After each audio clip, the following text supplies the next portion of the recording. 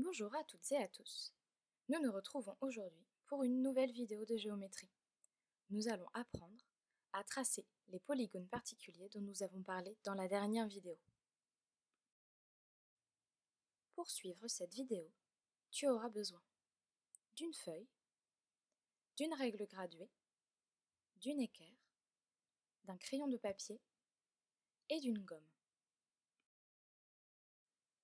Avant de se lancer ensemble sur la méthode de tracé de ces polygones particuliers, quelques petits rappels. Lors de la dernière vidéo, nous avons vu ensemble les caractéristiques de 3 d'entre eux. Le carré est un polygone particulier qui possède 4 angles droits et 4 côtés de la même longueur. Le rectangle possède lui aussi 4 angles droits, mais tous ses côtés ne sont pas de la même longueur. Ce sont les côtés opposés qui mesurent la même longueur. Le triangle rectangle, enfin, possède 3 côtés et un angle droit.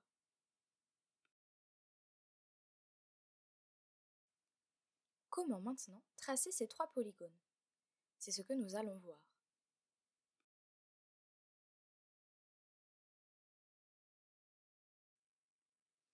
Pour tracer un carré, je commence par placer un point que j'appelle M sur ma feuille. Puis, à l'aide de ma règle, ici c'est une équerre car j'ai oublié ma règle dans la classe, je viens tracer un segment de 5 cm. Ce segment s'appelle le segment MN. Puis je prends mon équerre et je viens tracer un premier angle droit au niveau du point M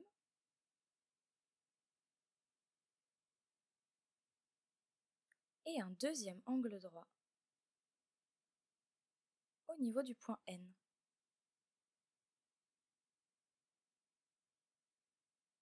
Puis, je mesure à nouveau 5 cm pour que tous mes segments fassent bien la même longueur.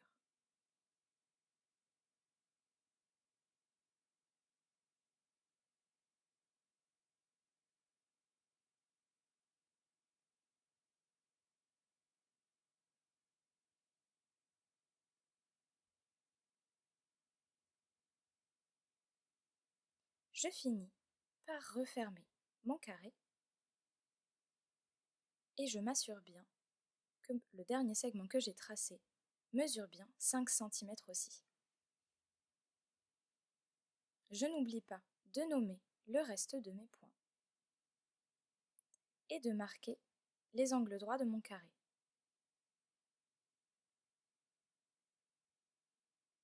Je gomme, si besoin, les traits superflus.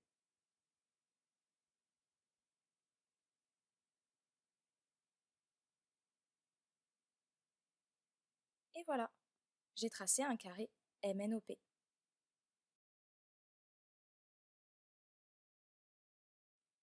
Pour tracer un rectangle, je commence de la même façon que pour tracer un carré.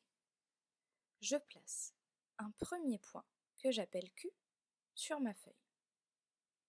Puis, à l'aide de ma règle, je trace un segment de 7 cm. Ce segment est le segment QR. Puis, je prends mon équerre et je viens tracer un angle droit au niveau du point Q.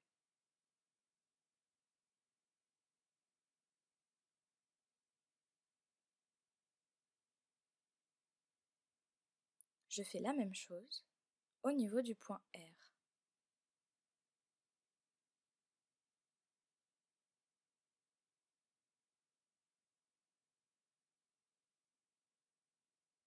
Puis, je viens créer des segments de 3 cm.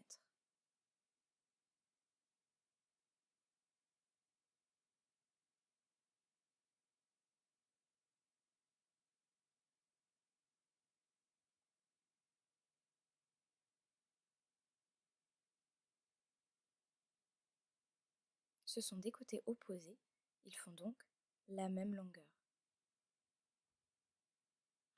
je finis par refermer mon rectangle en m'assurant que le dernier segment que j'ai tracé mesure bien 7 cm, comme son côté opposé, le segment QR.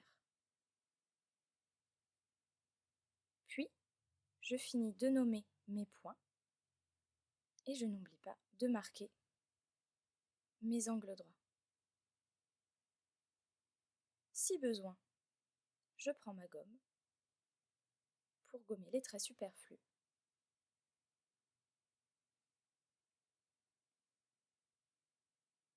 Et voilà, j'ai tracé un rectangle QRST.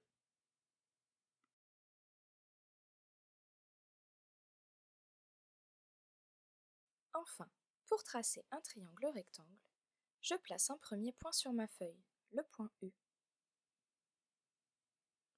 Puis, à l'aide de ma règle, je choisis de tracer un segment de 8 cm.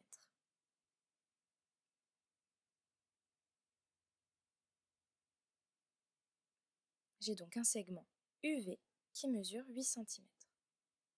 Ensuite, à l'aide de mon équerre, je viens tracer un angle droit au niveau du point U.